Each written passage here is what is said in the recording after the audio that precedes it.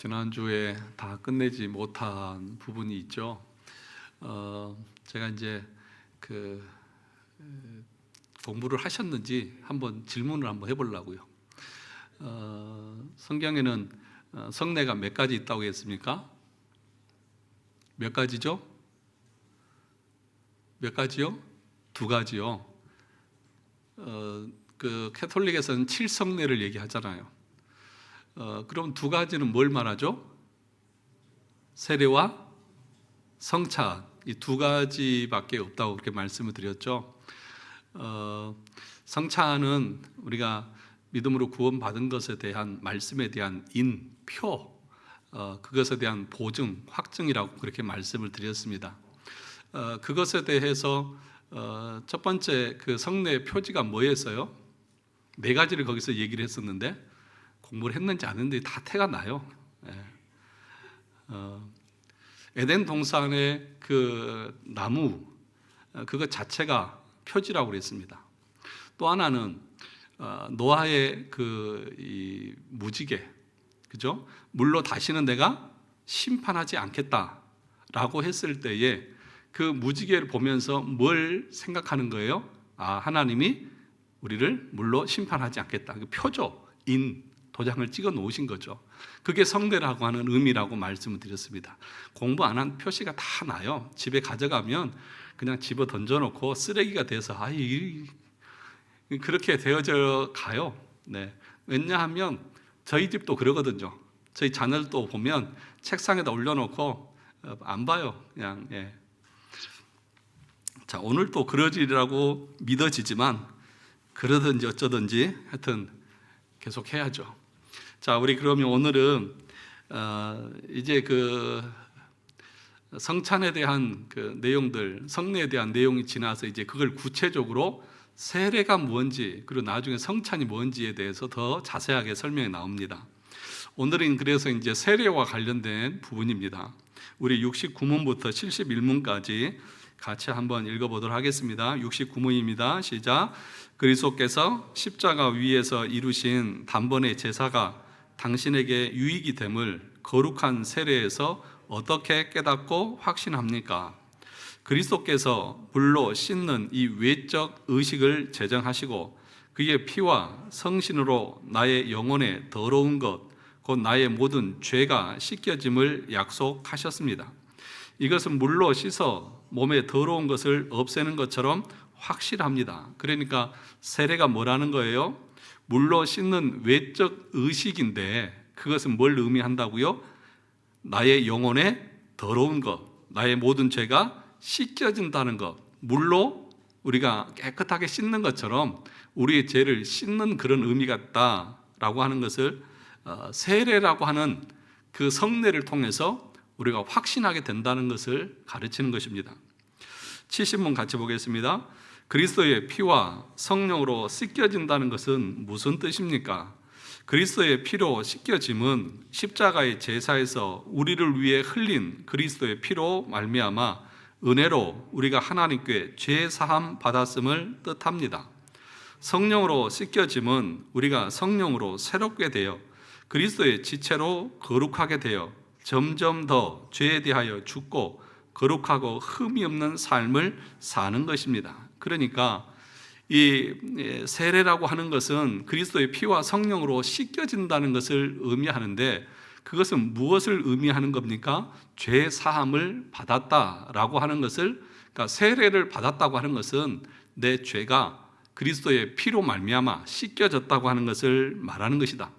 그래서 죄책이 사해졌다는 것을 말하는 것이다. 그런데 그것뿐만 아니라 세례를 받았다고 하는 것은 또 다른 의미가 있는데 성령으로 새롭게 되고 그리스도의 지체로 그 다음에 거룩하게 되어 점점 더 죄에 대하여 죽고 거룩하고 흠이 없는 삶을 사는 것을 의미한다. 그러니까 내가 세례를 받았다. 그 말은 이제 내 죄가 씻겨지고 죄 용서함을 받아서 구원함을 받았다. 거기서 끝나는 것이 아니라 내면적인 변화도 함께 말하는 거죠. 그래서 거룩한 삶으로 살아가겠다고 하는 다짐과 결단이 그 내용 가운데 포함되어져 있다는 것입니다.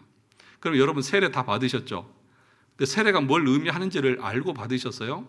내 죄가 용서받은 것만을, 씻겨진 것만을 말하는 것이 아니라 세례를 받았다고 하는 것은 성령이 우리 안에서 우리를 새롭게 하시고 거룩한 삶으로 인도하신다고 하는 것을 우리가 알고 그 죄를 죽이고 거룩함으로 나가게 되는 신분을 갖게 되어졌다고 하는 것을 의미한다고 분명히 가르치잖아요. 그러니까 웨스터민스터 신앙 고백서에서는 세례를 받았다고 다 구원받는 건 아니다고 그렇게 말합니다. 그게 표시가 되고 인이 되지만, 그러나 그렇지 않고 세례 받은 사람도 있기 때문에 그렇습니다. 참된 믿음으로 고백하고 세례 받은 것이 아니라 그냥 교회 안에서 이런 세례 교육이 없이 형식적으로 그냥 세례를 주는 경우가 많이 있는 거죠. 그래서 지금 여러분들이 이 하이델베르크 요리문답을 공부하잖아요. 이 내용은 청소년들에게 세례 교육용으로 가르쳤던 내용이에요. 성찬에 참여하기 전에 이런 내용들을 공부하고 이런 고백 가운데 있는 사람들에게 성찬이 주어졌던 것이죠. 그래서 세례 받은 사람만 성찬에 참여할 수 있지 않습니까? 그러니까 세례 교육용으로 이걸 하고 있는 거예요. 그러니까 여러분들이 이런 것들을 매주마다 공부하는 것은요, 지극히 당연한 것이고, 이걸 몰랐다고 하면 지금이라도 열심히 배워야 하는 내용들이라는 사실들을 꼭 기억하시기 바랍니다. 71문 보겠습니다. 세례의 물로 씻는 것처럼 확실히 그리스도께서 자신의 피와 성령으로 우리를 씻으신다는 약속을 어디에서 하셨습니까? 세례를 제정하실 때 이렇게 말씀하셨습니다. 마태복음 28장 19절에 그러므로 너희는 가서 모든 족속으로 제자를 삼아 아버지와 아들과 성령의 이름으로 세례를 주고, 마가복음 16장 16절 믿고 세례를 받은 사람은 뭐 할 것이요? 구원을 얻을 것이요 믿지 않는 사람은 정죄를 받으리라. 디도스 3장 5절 이 약속은 성령이 세례를 중생의 씻음 혹은 죄를 씻음이라고 부른 데서도 거듭 나타납니다. 그렇게 말합니다. 그러니까 오늘 본문의 말씀을 보시죠. 디도서 3장 5절을 보시면 우리를 구원하실 때 우리가 행한 바 의로운 행위로 말미암지 아니하고, 우리가 구원받은 것은 행위 때문에 구원받은 거 아니죠? 그죠? 분명하게 우리가 늘 알아야 돼요. 우리의 선행이나 공로 때문에 하나님께서 나를 구원하신 게 아니에요. 그럼 뭡니까? 오직 그의 뭐 하심으로? 긍휼하심, 하나님의 자비하심, 하나님이 우리를 사랑하셔서 조건 없이 우리를 택하여서 자녀 삼아 주신 것이지 내 어떤 공로나 의가 없어요. 그래서 우리의 구원에 대해서 누구도 자랑하지 못하게 하기 위해서 그렇다고 말씀합니다. 그 다음을 보시면 그의 긍휼하심을 따라 그 다음에 뭐라고 말합니까? 중생의 씻음과, 그러니까 중생을 거듭남을 어떻게 표현합니까? 씻어졌다. 다시 말하면 세례로 표현하고 있다는 거죠. 세례 자체가 죄 씻음을 말하는 것이고 그것 자체가 중생을 말하는 것이다. 그런데 그것만 있는 것이 아니라 그 다음에 성령의 뭐하게 하심으로? 새롭게 하심으로 하셨나니. 그러니까 외적으로 씻어서 죄책을 사해 주는 것뿐만 아니라 성령께서 내면적으로 우리 안에서 새롭게 하신다. 그러니까 거룩한 삶으로 우리를 부르시고 이끌어 가신다고 하는 것을 이 세례와 성화의 그 모습으로 말씀하고 있다는 거예요. 그래서 오늘 제목이 뭐예요? 세례와 성화입니다. 그러니까 내가 세례를 받았는데, 이제 세례 받았으니까 내가 죄가 용서되어졌고 구원 받았으니까 이제 내 마음대로 살아도 된다? 그건 성경적이지 아니다는 거죠. 그래서 항상 칭의와 성화는 같이 가는 것입니다. 내가 세례를 받았다고 하면 그때부터 나는 정말 하나님의 말씀대로 거룩한 삶을 향해서 부름을 받았다는 이 사실들을 절대로 놓쳐서는 안 된다는 것입니다. 자, 그러면 그 다음 페이지 보시면 이 페이지에 세례가 맞냐 침례가 맞냐, 침례 교회는 몸을 완전히 담그는 침례를 말하는 것이고 우리는 세례, 물을 찍어서 머리에 바르는 것을 말하는 것이죠. 이 내용들은 여러분들 그냥 읽어보시면 되고요. 그래서 침례 교회는 유아 세례는 인정하지 않습니다. 왜냐하면 신앙 고백을 통해서 세례를 주는 건데 애들은 신앙 고백을 하지 못하지 않습니까? 그래서 유아 세례를 인정하지 않습니다. 그러나 우리 개혁신학에서는 어린 아이들의 유아 세례는 언약 관계 안에서 주는 것입니다. 부모와 그 관계 안에서 태어난 자녀들은 언약 관계 속에서 함께 구원받은 자녀들로 그렇게 받고 세례를 주는 것입니다. 그래서 유아 세례를 줄 때에 부모들의 그 서약을 받고 주지 않습니까? 그러면 여러분 자녀들 유아 세례 다 받았죠? 유아 세례를 받았다고 하는 것은 내가 이 자녀를 하나님의 말씀으로, 하나님 나라의 기업으로 신앙 안에서 잘 양육하겠습니다라고 하는 그 고백이거든요. 그런데 우리가 아이들에게 유아 세례만 주지 그 아이들을 신앙 안에서 양육하는 것에는 너무 나태하고 무관심할 때가 많습니다. 자녀들에게 학원은 보내고 과외는 시키고 좋은 대학에 보내려고는 하지만 정작 천국에 가는 백성으로 말씀으로 양육하는 데에는 게을러요. 오히려 반대죠. 그들의 영혼이 중요하고 그 다짐을 했음에도 불구하고 그것과는 상관없이 좋은 대학에 가고 좋은 직장에 들어가야 하나님의 영광을 받으시는 것처럼 그렇게 우리가 자녀들을 양육하고 있지 않습니까? 완전히 우리의 서약과는 다르고 성경의 가르침과는 다르다는 사실들을 우리가 알아야 됩니다. 이 페이지 중간에 보시면 세례라고 하는 것은 씻어내는 것, 물이 더러운 것을 씻어내듯이 우리 죄를 씻어주시는 것을 말한다. 그리고 침례는 뭐예요? 물에 잠기는 것이고 물에 빠져 우리의 옛사람이 죽고 새 사람으로 사는 것을 표현한다. 그런데 이것은 행위만 다를 뿐이지 그것이 의미하는 것은 똑같습니다. 세례를 받는다고 하는 것도 우리의 옛사람이 죽고 새 사람이 살아났다고 하는 것을 의미하거든요. 그래서 바울은 이스라엘 백성들이 홍해를 건널 때에 그 홍해를 건너는 것이 세례를 받았다고 그렇게 표현합니다. 그러니까 물에 갔다가 다시 나온 거죠. 또 이 노아의 홍수 때에 노아의 홍수로 모든 사람들이 다 죽고 노아의 가족들만 구원을 받았잖아요. 그것도 세례라고 표현을 합니다. 그러니까 세례는 뭐예요? 침례나 세례나 그 표현만 다를 뿐이지 죄를 씻어주고 죽었던 영혼을 구원하는 것은 같은 의미라는 거죠. 그런데 이 침례교회에서는 침례가 유일하다, 침례만이 참된 세례다, 그렇게 주장을 하고 있는 거죠, 문자적으로. 자, 이 페이지 마지막을 보시면 중생을 표현하는 다양한 이미지가 있다 그랬습니다. 구약에서는 할례라고 설명하죠. 신약의 세례는 구약의 뭐죠? 할례입니다. 그러니까 구약의 할례가 신약의 세례로 이어져 왔습니다. 할례라고 하는 것은 남자의 성기 표피를 잘라내는 것을 의미합니다. 그 의식이 표현하는 건 뭐예요? 더러운 것을 잘라내고 정결하고 거룩하게 했다는 의미입니다. 그 더러움과 부정함을 씻음 받고 그리고 죄를 사함 받아서 거룩하고 정결한 하나님의 언약 백성이 되었다고 하는 표시로 할례를 받은 것이죠. 그런데 문제는 이스라엘 백성들이 외적인 할례를 행했지만 실질적인 마음과 삶의 변화는 없었던 것입니다. 목이 곧은 백성으로 늘 불순종했습니다. 그래서 하나님께서는 그들에게 마음의 할례를 행하라 그렇게 말씀하셨죠. 몸의 할례만 행할 것이 아니라 마음의 할례를 받아야 된다. 외적인 할례가 중요한 것이 아니라 본질적으로 중요한 것은 마음의 할례라고 그렇게 얘기합니다.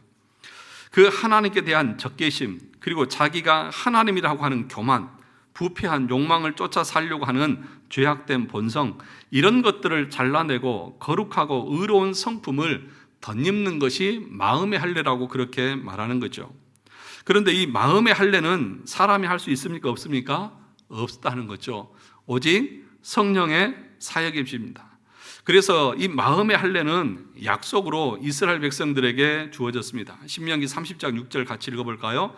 내 하나님 여호와께서 내 마음과 내 자손의 마음의 할례를 베푸사 너로 마음을 다하며 뜻을 다하여 내 하나님 여호와를 사랑하게 하사 너로 생명을 얻게 하실 것이며, 외적 할례뿐만 아니라 성령을 통해서 마음의 할례를 해서, 그래서 마음의 할례를 받으면 어떻게 됩니까?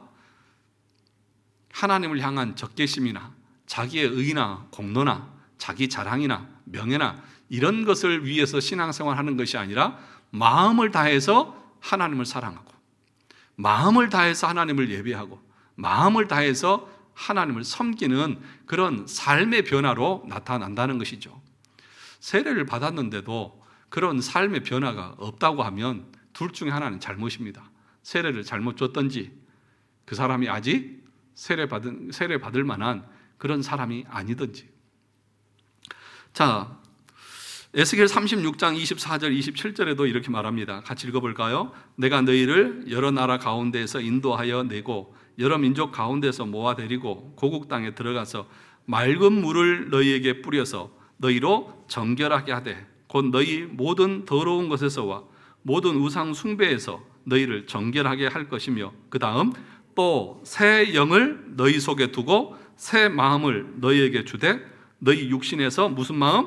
굳은 마음을 제거하고 부드러운 마음을 줄 것이며 또 내 영을 너희 속에 두어 너희로 내 율례를 행하게 하리니 너희가 내 규례를 지켜 행할지니라.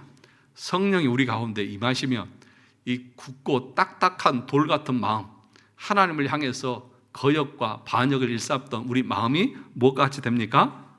굳은 마음이 제거되고 부드러운 마음이 우리 가운데 있어서 말씀을 듣고 순종하게 되어지는 그런 삶을 살게 되어질 것이라는 거죠. 근데 이걸 누가 하신다고요? 성령께서 하신다는 것입니다. 하나님의 영이 임한 사람들, 믿음으로 의롭게 되어지고 그리스도와 연합된 사람들의 삶이 이런 모습이라는 거예요. 그러니까 여러분 계속 들어보시면 계속 반복적이지 않으세요? 똑같은 얘기들을 계속 하잖아요. 그래서 가장 중요한 것은 그리스도와 연합되어져 있느냐 아니냐. 구원의 과정 가운데에서 내 모습이 드러나고 나타나고 있느냐, 그것을 우리가 늘 이런 말씀을 통해서 점검해 보아야 한다는 것입니다. 자, 그 얘기가 되어져 있고요. 그리고 4페이지 보시면, 그리고 이 개념은 요한복음 3장에서 물과 성령으로 거듭나는 것으로 표현됩니다. 4페이지 두 번째 단락에 보면, 그러니까 앞에서 지금 말했던 새 영을 통해서 우리의 죄책을 사해주고 또 우리 마음을 새롭게 한다고 하는 이 세례의 씻음과 죄 용서함에 대한 이야기가 신약의 요한복음 3장에 가서는 5절에서 이렇게 거듭 표현되고 있다는 것입니다. 같이 읽어볼까요? 예수께서 대답하시되 진실로 진실로 내게 이르노니 사람이 물과 성령으로 나지 아니하면 하나님 나라에 들어갈 수 없느니라. 다시 태어난다는 말은 이전의 삶과의 단절을 의미하고 옛사람의 죽음을 전제합니다. 그리고 새로운 생명으로 태어나는 것을 의미합니다. 그런데 이 중생을 예수님은 성령께서 물로 씻는 사역이라고 말씀합니다. 에스겔에서 성령의 세례라는 이미지로 표현하는 것을 여기서는 뭘로 표현하고 있습니까? 물과 성령으로 씻음 받는다, 난다, 그렇게 얘기합니다. 그러므로 여기서도 우리는 옛사람이 죽고 사는 것이나 물로 씻어 깨끗하게 하는 것이나 같은 의미라고 하는 것을 알 수 있다는 것입니다. 그런데 성경이 중생에 대해서 얼마나 다양하고 풍성하게 표현하는지 모릅니다. 앞서서 세례 요한은 이러한 중생의 사역을 아래와 같이 표현했습니다.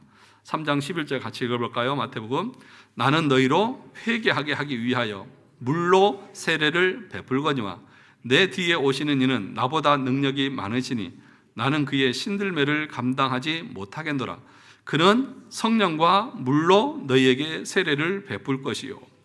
그러니까 앞에서는 물로 세례를 베푼다고 말하고 뒤에서는 성령과 불로 너희에게 세례를 베푼다.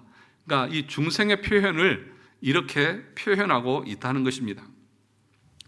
또 사도행전 1장 5절도 보면 요한은 물로 세례를 베풀었으나 너희는 몇 날이 못되어 무엇으로? 성령으로 세례를 받으리라. 그러니까 어떤 사람은 이것을 세컨 블레싱, 두 번째 성령이 임하시는 것이라고 그렇게 잘못 해석하지만 오순절이나 이런 데서는 그래서 두 번째 은혜를 입어서 방언을 하고 뭐 이래야만 성령 받은 것이라고 말하는데 지금 이 말의 의미는 뭐예요? 세례를 물로 표현하기도 하고 성령으로 표현하기도 하고 있다는 거예요.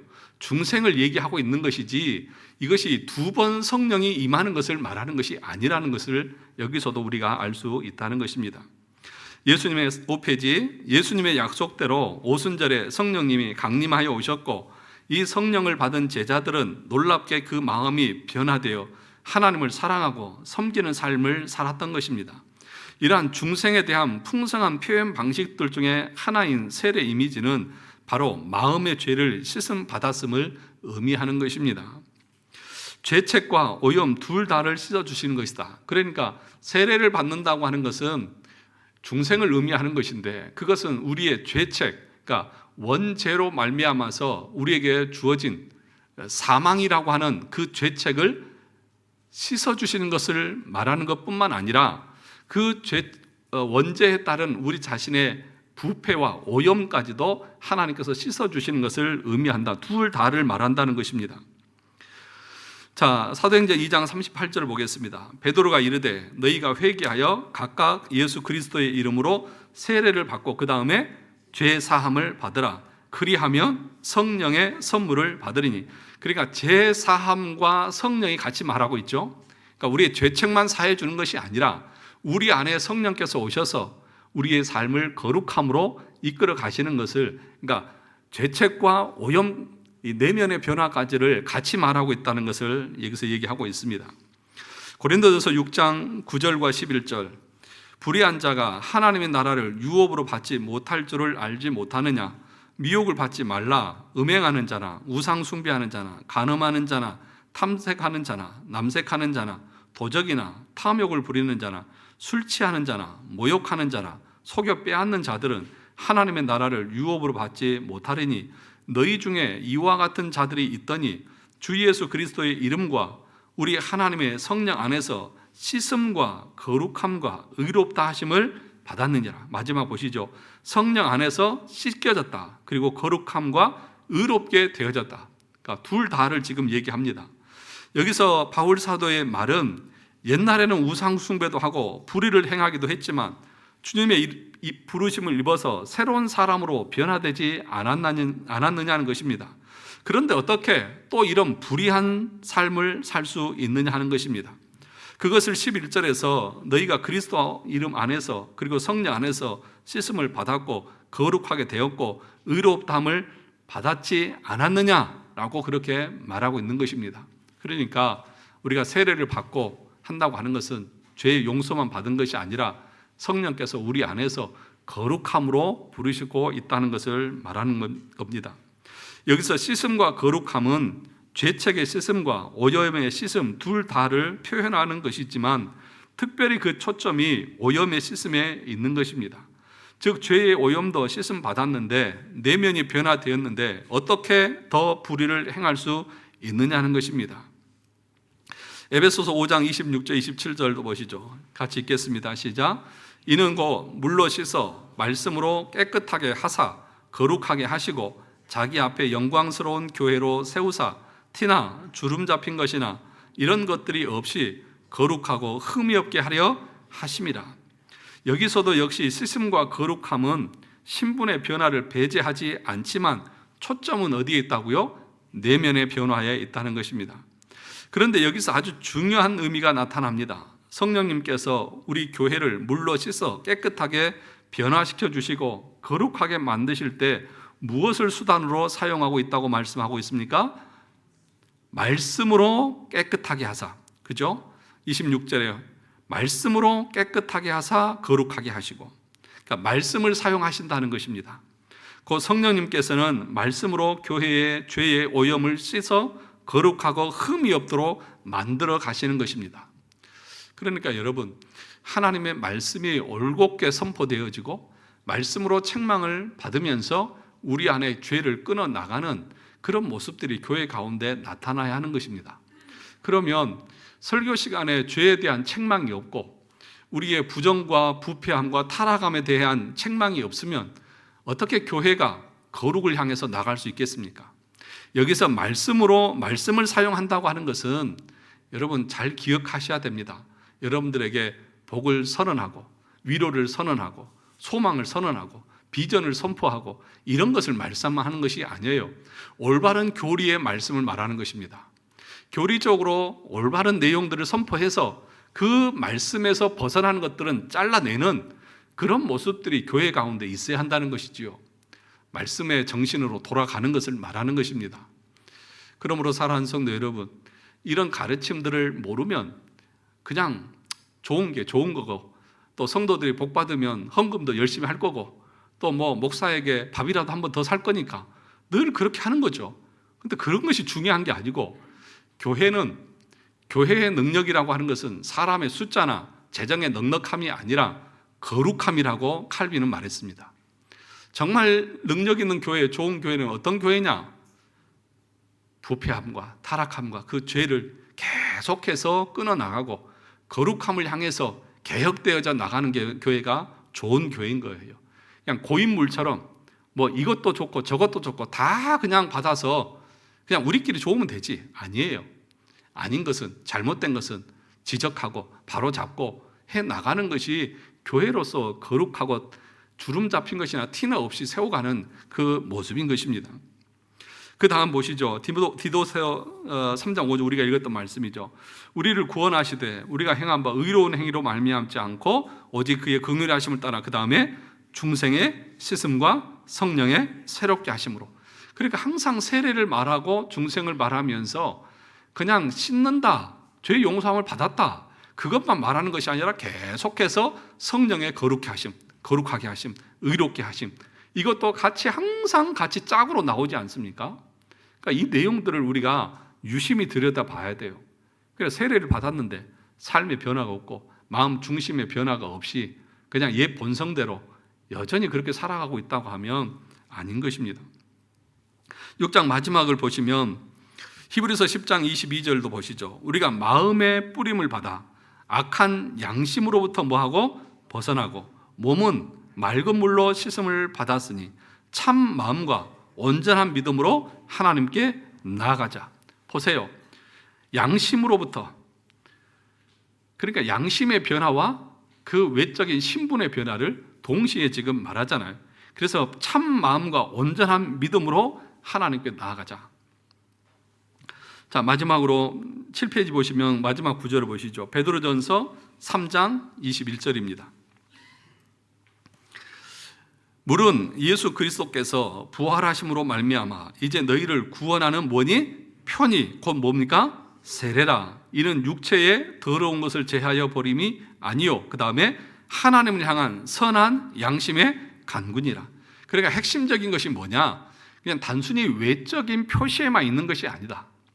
그래서 이스라엘 백성들이 육신의 할례만 받을 것이 아니라 뭘 받으라고 했습니까? 마음의 할례를 받으라고 했던 것처럼 이 중생과 세례에서 죄책을 용서함을 받는 것도 있지만 더 본질적이고 핵심적인 것은 뭐예요? 마음의 변화를 말씀하고 있다는 것입니다. 하나님을 향한 선한 양심의 간구. 그러니까 하나님을 향해서 선행이라고 하는 것이 뭐예요? 말씀에 순종하는 것이죠. 말씀의 규례를 따라서 살아가는 것을 말하는 거죠. 그러니까 이렇게 정말 믿음을 통해서 세례를 받은 사람들의 삶은 단순히 세례의 외적인 표시만을 말하는 것이 아니라 그 사람의 삶의 모습 속에서 성화의 모습이 나타나게 되어져 있다는 것을 말하는 것입니다. 그래서 세례를 아무나 주는 거 아니에요. 그래서 진짜 이 사람이 삶의 변화가 있는지, 마음의 변화가 있는지를 확인하고 줘야죠. 그래서 지금 저기 옆에 있는 저 옆에 저기 커플이 앉아 있잖아요. 저 커플 누군지 아시죠? 저 커플 중에 그 남자가 오늘부터 이제 학습 교육을 받을 겁니다. 예, 대충 주지 않아요.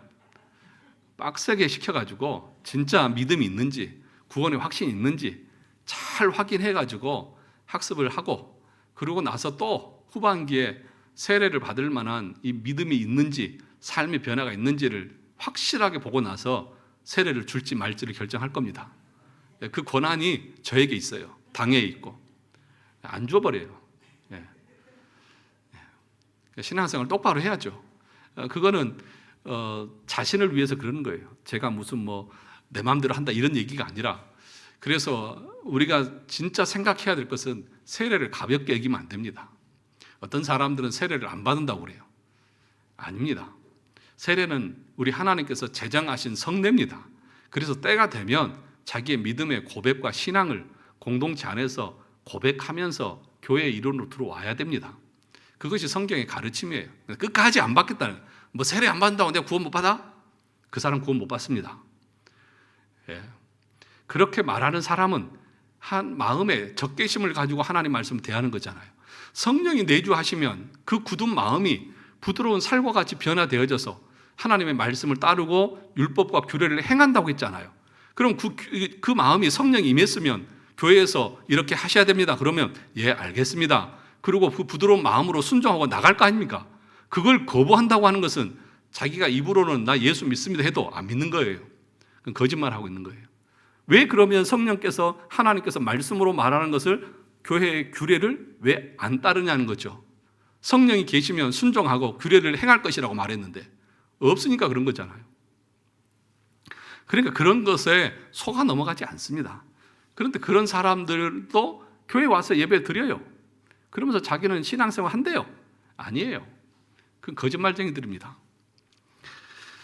자, 그 다음 보시죠.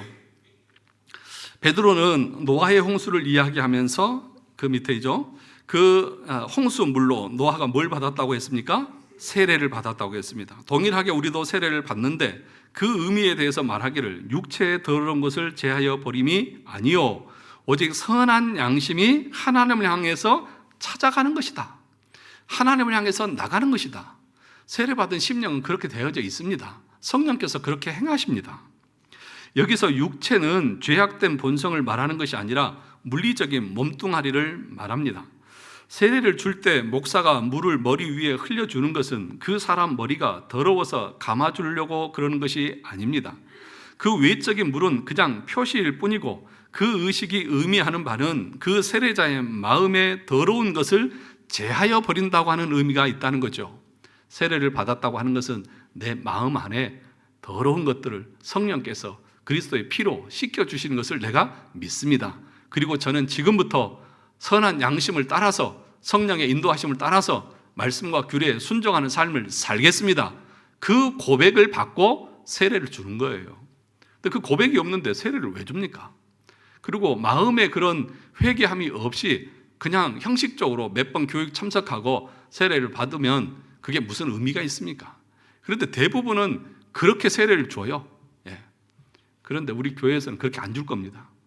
제가 분명하게 신앙의 고백을 받고 그리고 진짜 이 사람이 거듭나고 중생했는지를 확인하고 줄 거예요. 절대로 안 줄 거예요. 태준 형제 잘 들어요?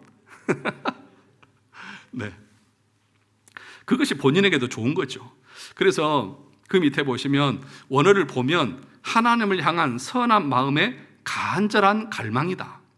그러니까 선한 양심이 그 하나님을 향한 선한 양심의 강구라고 하는 그 말의 의미가 뭐냐? 하나님을 향한 선한 마음의 간절한 갈망이다. 그러니까 하나님을 위해서 살고 싶어하는 그 간절함이 그 마음에 있는 사람, 그 사람에게 세례를 줘야 한다는 거죠. 그냥 자기 욕심대로 그냥 살려고 하는 사람에게 세례를 주면 안 됩니다. 그 사람이 그걸 받으면서 오해해요. 아, 이제 나 세례 받았으니까 나 이제 죄가 용서되었으니까 나 이제 구원 받았겠다. 그게 착각하면서 마음대로 살다가 망합니다. 그래서 어떻게 해야 되는 거예요? 믿어지지 않으면 그러면 다음에 받아라.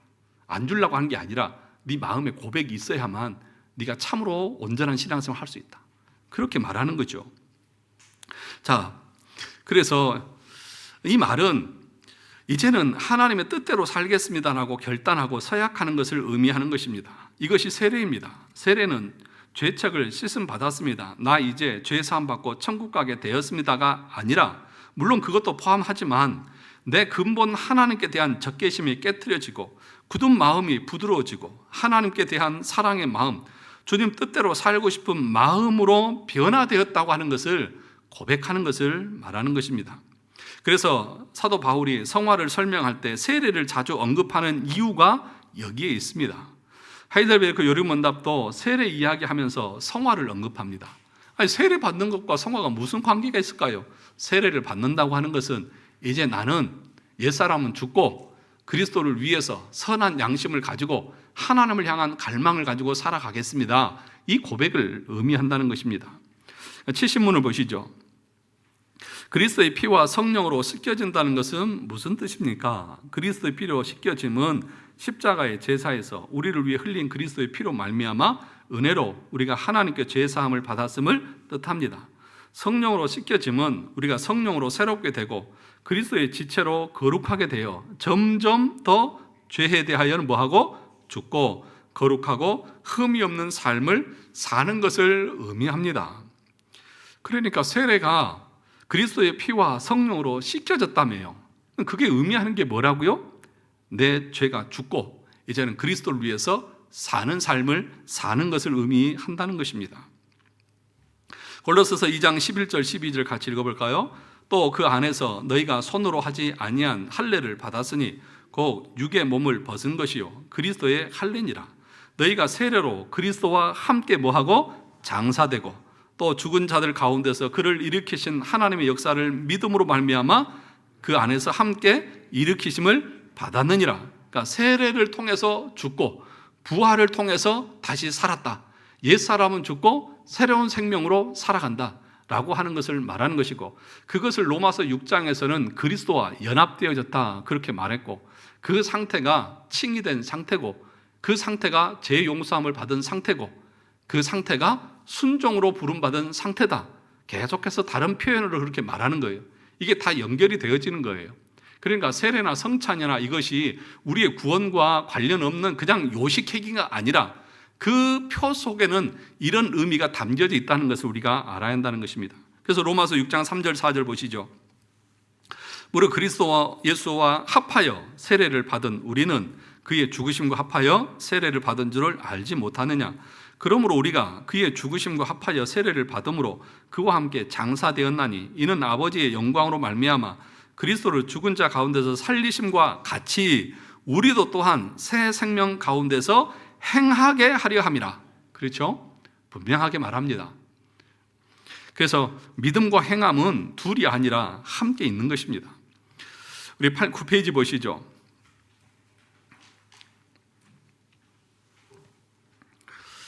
세 번째 단락에 보면 우리는 물을 머리 위에 뿌리면서도 그리스도와 연합해서 죽고 사는 것도 생각하고, 우리의 마음의 죄가 씻겨났다고 생각하고, 우리의 죄가 불태워졌다는 것도 생각하고, 우리의 돌 같은 마음이 제거되고 살코기의 마음이 되었다는 할례의 의미도 생각하고, 다 생각하기 때문입니다. 그러니까 세례를 받는다고 하는 것은 이런 여러 가지 것들을 우리가 포함하고 있다는 것입니다.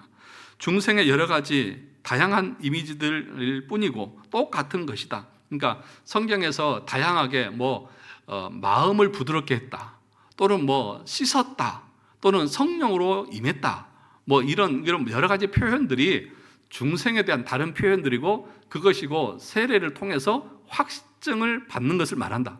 그러니까 중생의 확신, 그것을 세례를 통해서 표현하는 건데, 이렇게 다양한 표현으로 우리에게 가르치고 있다는 것입니다. 자, 그 표를 한번 보시죠. 이제까지 말한 것의 정리의 내용입니다. 죄에는 죄책과 뭐가 있어요? 오염이 있습니다. 그래서 죄책에 죄를 씻어주었다고 하는 것은, 시자가 틀렸네요. 씻음이고, 오염을 씻어준 두 가지를 포함하고 있다는 것. 그 다음에 죄책을 용서받았다고 하는 것은 신분의 변화를 말하는 것이고, 그렇죠? 이제는 죄의 종에서 하나님의 종, 은혜의 아래 들어왔다는 것이고, 그 다음에 오염을 씻어준다고 하는 것은 그 내면의 변화를 말하는 것이고, 그리고 죄책의 용서받았다고 하는 것은 칭의를 말하는 것이고, 오염을 씻음받았다고 하는 것은 성화적인 것을 말하는 것이고, 믿음과 회개, 그리고 죄책은 단번에 단정적인 성화를 말하는 것이고, 성화는 점진적으로 계속해서 죽여가야 하는 것을 의미한다. 이 개념을 지금 앞에서 세례라고 하는 것을 통해서 중생과 함께 설명하고 있다는 것입니다. 10페이지 보시죠.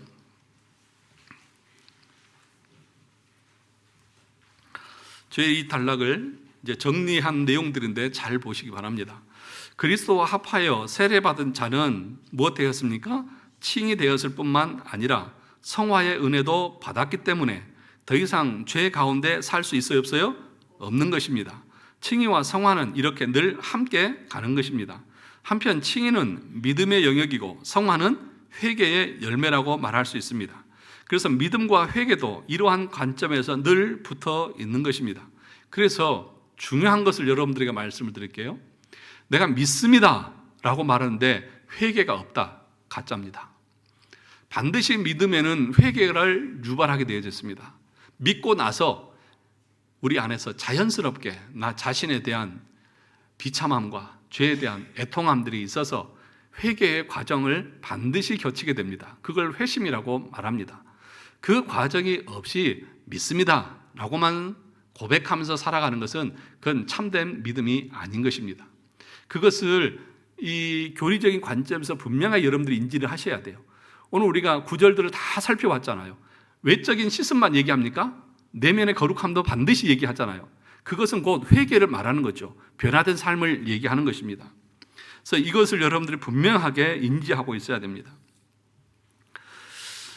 믿음은 내가 할 게 없는 것이 믿음입니다. 그러나 회개는 무언가를 해야 합니다. 믿음은 마음으로 믿어 입으로 시인하면 됩니다. 그러나 회개는 마음과 입으로만 하면 안 됩니다. 믿음은 겨자씨 한 알만한 믿음만 있어도 되지만 회개는 겨자씨 한 알만 있으면 안 됩니다. 회개는 뭐가 있어야 합니까? 열매를 맺어야 합니다.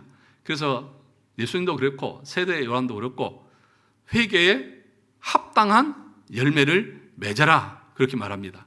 입으로만 믿는다고 말하지 말고 네 삶에서 변화되어진 거룩한 삶의 열매를 보여라 라고 분명하게 우리 스스로에게 말하는 것입니다.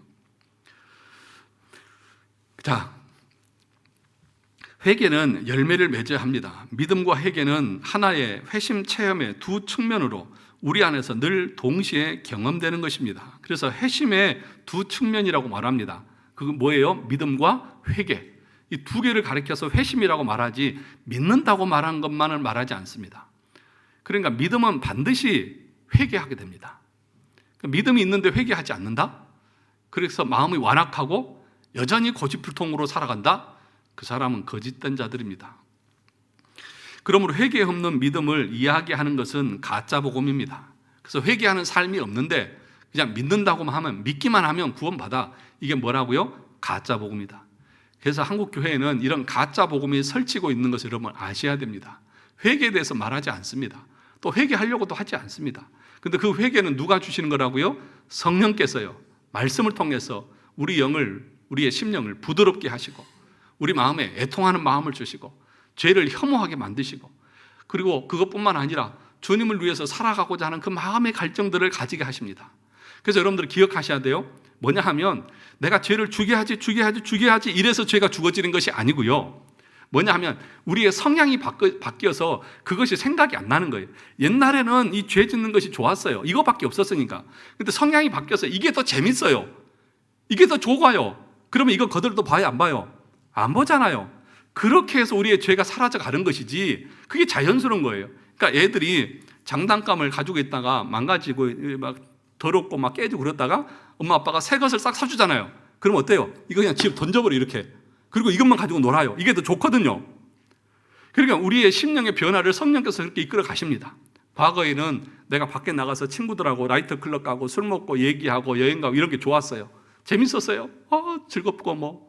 그런데 성령께서 우리 가운데 믿음을 주시고 회개케 하시고 은혜를 주시니까 나 주일날 교회 가서 말씀 듣고 교인들과 같이 교제하고 성경 읽고 말씀 공부하고 이런 게 좋아지는 거예요. 그래서 자연스럽게 이것을 안 하게 되는 것이지 이걸 억지로 이거 하지 말아야 되는데 마음은 여기 가 있는데 하면 안 된다고 해서 안 해야지 이런 식으로 죄를 끌어내는 게 아니에요. 그냥 이게 좋아요. 그래서 이건 생각도 안 나요. 여러분 어떠세요? 마음에서 갈등이 늘 일어났죠? 일어날 수 있어요. 그러나 여러분 그것이 시간이 가고 연수가 쌓이다 보면 이게 재미없어요. 재미없어요. 여러분 마음 가운데 그럴 때에 진짜 평안이 있고 예수 안에 있는 것이 즐겁고 기쁘고 그런 것이죠. 자, 네 번째 보겠습니다. 회개 없는 믿음은 사람들을 뭐하게 하는? 망하게 하는 설탕 복음입니다. 오늘날 한국교회 그리고 서방교회의 복음의 설명에 있어서 심각한 문제점이 무엇이냐 하면 아주 쉽게 구원받도록 하기 위해서 구원의 문턱을 낮추고 예수님을 쉽게 믿도록 한다는 것입니다. 즉 회개 없는 믿음을 전하는 것입니다. 왜 그렇게 전합니까? 사람들이 그것을 원하기 때문입니다. 이 세상에 천국 안 가고 싶은 사람은 없습니다. 그런데 천국 가려면 자신의 전 재산을 팔아야 합니다. 주님이 나의 전부입니다 하면서 내 인생 전부를 주님께 내던져야 하는데 그것은 부담스러운 것입니다. 죄책은 씻음받고 싶은데 죄의 오염은 씻음받기 싫은 것입니다. 그래서 인간의 죄악된 본성이 무엇이냐 하면 아이들이 김밥을 통째로 먹지 않고 그냥 무, 단무지 이런 건 빼버리고 자기 입맛에 맞는 것만 쏙쏙 뽑아서 먹는 것처럼 우리의 믿음의 생활도 그런 거예요. 자기의 그 안에 있는 죄에 오염된 것들, 세상의 쾌락과 기쁨, 그런 것들은 버리기 싫어요. 그런데 천국은 가고 싶어요. 그러니까 교회에서는 뭐라고 말하는 거예요? 믿기만 해. 다른 거 필요 없어. 라고 말하니까 예, 저 믿겠습니다. 그리고 믿음의 삶은 없고 자기 욕심대로 살아가는 거예요. 그게 뭐라고요? 가짜라고요. 왜냐하면 믿음은 반드시 성령께서 우리의 내면적인 변화를 유발하게 되어져 있는데 그것이 없이 믿는다고 하는 것은 믿는 것이 아니라는 것이고, 오늘날에는 그런 복음으로 교회가 가득 차여 있어서 늘 교회 안에 중생하지 못한 그런 이 쭉정이들이 계속해서 중직을 맡고 교회를 운영하면서 육신의 소욕대로 말씀과는 상관없이 교회를 섬기니까 여기서 싸우고 저기서 싸우고 그냥 이것에 삐지고 저것에 삐지고 화내고 막 그런 상태가 교회의 모습 아니냐는 거죠. 그런데 여러분, 정말로 우리가 중생했고 성령이 우리 안에 내주하고 계시면 하나님을 향한 선한 양심을 따라서 갈망하는 마음을 가지고 하나님이 기뻐하시는 삶으로 화평과 거룩함과 의를 이루고 나가려고 할 것 아니겠습니까? 그것이 없는데 내 믿음이 참이라고요? 거짓말하지 마세요. 자, 다시 한번 보시겠습니다. 즉 최근 그 다음에 죄사함과 영생만 취하고 자기 부인은 없는 것입니다. 자신이 주인이 된 것을 여전히 포기하지 않으면서 교회는 나오는 것입니다. 그리고 교회는 그렇게 살아도 구원받을 것이라고 말하고 자기 스스로도 구원받을 것이라고 확신합니다. 그런데 그것은 거짓된 확신입니다. 여러분, 웨스턴 신앙 고백서를 보면 인간이 고안해낸 그것은 의를 이루지도 못하고 그건 결국에는 자기들 생각이 뿐이고 결국에는 망할 것이라고 말했습니다. 하나님의 말씀이 아니고 인간 스스로가 야, 이렇게 해도 구원받아. 회개 없어도 예수만 믿으면 구원받아. 그것은 인간이 고안해낸 것이지 성경의 가르침이 아니기에 그걸 아무리 내가 신뢰하고 믿는다고 할지라도 그 영혼은 마지막에 망합니다. 그걸 여러분들이 아셔야 돼요. 그래서 왜 참된 진리와 복음과 올바른 교리의 가르침을 받아야 되느냐? 여기에 있는 거예요. 마지막에 가서 망합니다. 그러나 그렇게 믿는 사람들은 다 지옥 갑니다. 자기를 위해서 사는 자는 지옥 갑니다. 자기를 위해서 예수 믿는 자도 지옥 갑니다. 오늘날 교회 안에 구원받을 자가 많지 않습니다. 지금의 한국 교회 안에는 구원받지 못할 설탕 같은 복음이 많이 있습니다. 오직 믿음을 말하면서 회개 없는 믿음을 전하는 것입니다. 손쉽게 믿을 수 있어서 좋지만 결국 망하게 하는 복음입니다. 그러나 성경은 무엇이라고 말합니까? 회개하지 않으면 구원받지 못하는 것입니다. 디모데후서 말씀에서처럼 성경은 구원에 이르는 지혜가 있는데 그 구원에 이르는 것이 무엇입니까? 성경은 하나님의 감동으로 된 것으로 교훈과 그 다음에 책망과 바르게 함과 의로 교육하기에 유익하다. 성경이 구원에 이르게 한다고 하면 그 구원의 모습은 뭐예요? 바르게 의로 교육하고 책망하고 그걸 통해서 우리 내면의 삶으로 이끌어가는 것이 구원이라는 것입니다. 그런데 11페이지 현대 대형교회는 그것을 교훈과 격려와 위로와 사랑으로 교육하기에 유익한 책으로 바꿔버렸습니다. 뭐예요? 격려하고 위로하고 사랑으로 바꿔버렸어요. 책망과 의로움과 아니라 그냥 서로 사랑하고 예수 믿으면 서로 사랑해야지 라고 말하는데, 여러분, 사랑하라고 해서 사랑이 되어지나요? 강요하면 됩니까? 아니죠. 우리 안에 성령께서 내면의 변화를 시켜주셔야 하나님을 사랑할 수 있습니다. 우리가 하이델베르크 볼 때에 율법에 다 순종할 수 있습니까? 못합니다. 그럼 어떻게 가능합니까? 성령께서 은혜 주셔야만 가능합니다. 그것이 성경의 가르침이잖아요. 그러니까 성령을 통해서 중생하지도 못하고 회심하지도 않았는데 회개도 없는데 사랑하세요. 옆 사람 인사합시다. 사랑합니다. 그게 사랑이 됩니까? 안 되는 거예요. 그러니까 맨날 그렇게 싸우는 거죠. 말로는 사랑한다고 그러는데 실질적으로는 속에는 분노와 미움과 시기가 가득 차 있는 것입니다.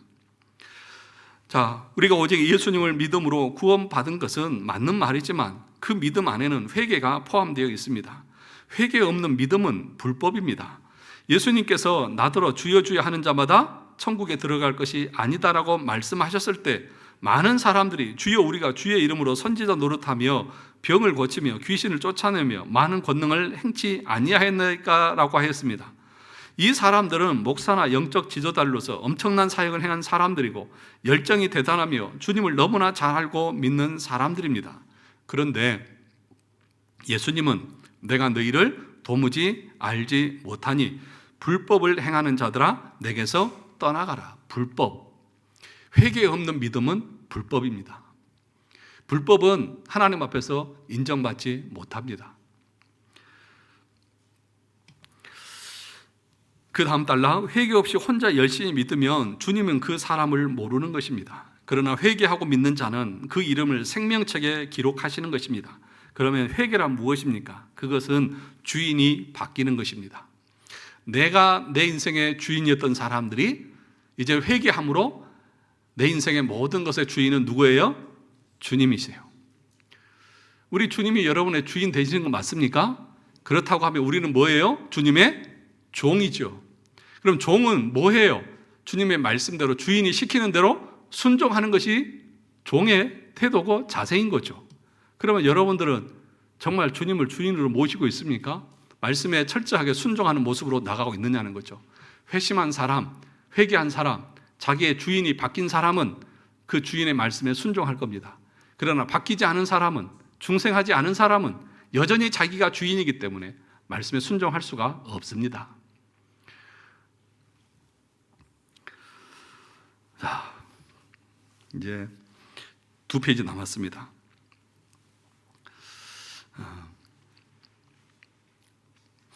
자, 11페이지 마지막 단락을 보시죠. 어떤 사람이 자신의 구원에 대해서 이런 질문을 했습니다. 정말 내가 구원 받았는지 안 받았는지 헷갈리고 내 삶을 볼 때 늘 절망적이고 구원받지 못할 것 같다. 하나님이 나를 버리신 것 같다. 이렇게 자신의 구원에 대해서 의문점을 제기했습니다. 그런데 그걸 옆에 듣고 있던 사람이 이런 말을 했습니다. 장자 재앙을 생각해 봐라. 그 집 안에 있는 사람들이 다 죄인이지 않느냐. 어떤 사람은 정말 구원받을까 의심도 하는 사람이 있었을 것이다. 어떻게 살았든 어떤 마음을 품던 문설주에 피만 발라 있으면 구원받는다. 그 피가 발린 문 안에만 있으면 구원받는다. 맞죠? 그 피 바른 그 집안에 있던 사람들은 출애굽 때 다 살았잖아요. 그런데 그 다음 페이지 보시면 그 이야기를 들은 질문한 사람이 아주 큰 위로를 받았다. 아, 그렇구나. 아, 내가 예수 그리스도의 피를 믿으니까 내가 구원받은 게 맞구나. 그런 위로를 받았다는 것입니다.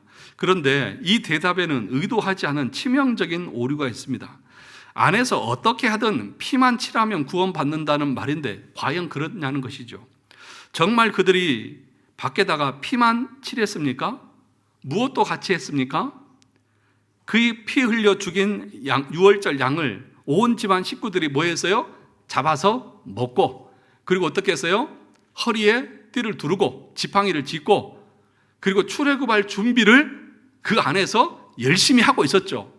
그냥 누워서 그냥 퍼질러서 자고 있었습니까? 아, 피만 발랐으니까 나는 안전하다 이러고 있었어요? 아니죠. 그 하나님의 말씀에 순종함으로 출애굽할 준비를 그 안에서 밤새 하고 있었던 거죠. 고기를 갖추 먹고 시키는 대로 순종하면서 삶을 살았던 거죠. 그러니까 우리가 예수만 믿으면 구원 받는다가 아니라 그 이후에 내 삶의 말씀에 순종하는 그 삶이 없으면서 그런 식으로 구원을 생각하는 것은 착각이고 오류라는 것입니다. 중간을 보시죠. 오늘날 우리 자신을 돌아봅시다. 혹시 우리가 삶의 변화도 없고 그분과 연합되는 경험도 없고 여전히 자기 자신이 주인이 되어 있는데도, 그런데 예수의 피로 내 모든 죄가 씻음 받았다는 것을 철석같이 믿고 살고 있지는 않습니까? 회개의 열매가 없다면 우리는 우리의 신앙에 대해서 근본에서부터 진지하게 의심해 보아야 합니다. 회개는 반드시 열매를 맺어야 합니다. 어떤 열매요? 주인이 바뀌는 열매요. 주인이 바뀌지 않은 사람들 많아요. 자기가 여전히 주인이에요. 자기 인생에 자기가 주인이에요. 물론 은혜로 회개해서 주인이 바뀌어도 조금 있다가 다시 자기가 주인으로 돌아옵니다. 왜냐하면 참된 신자라 하더라도 죄악된 본성이 남아있기 때문입니다. 그래서 회개는 날마다 지속되어야 합니다. 죄책의 씻음은 영 단번에 다 씻음 받았습니다. 그것은 반복되지 않습니다. 이미 목욕한 사람은 다시 목욕할 필요가 없습니다. 그러나 무엇은 계속되어야 합니까? 발은 씻어야죠. 예수님께서 베드로의 발을 씻어 주셨잖아요. 베드로가 그럴 때 내 온몸을 씻어 주십시오 라고 말하니까 주님 뭐라고 했어요? 목욕한 자는 발밖에 씻을 것이 없다. 그 발은 계속 씻어야죠. 회개의 삶을 매일매일 우리가 살아야 한다는 것을 말씀하고 있는 것입니다.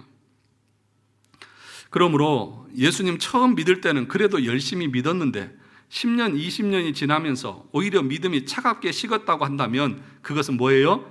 대단히 위험한 것입니다.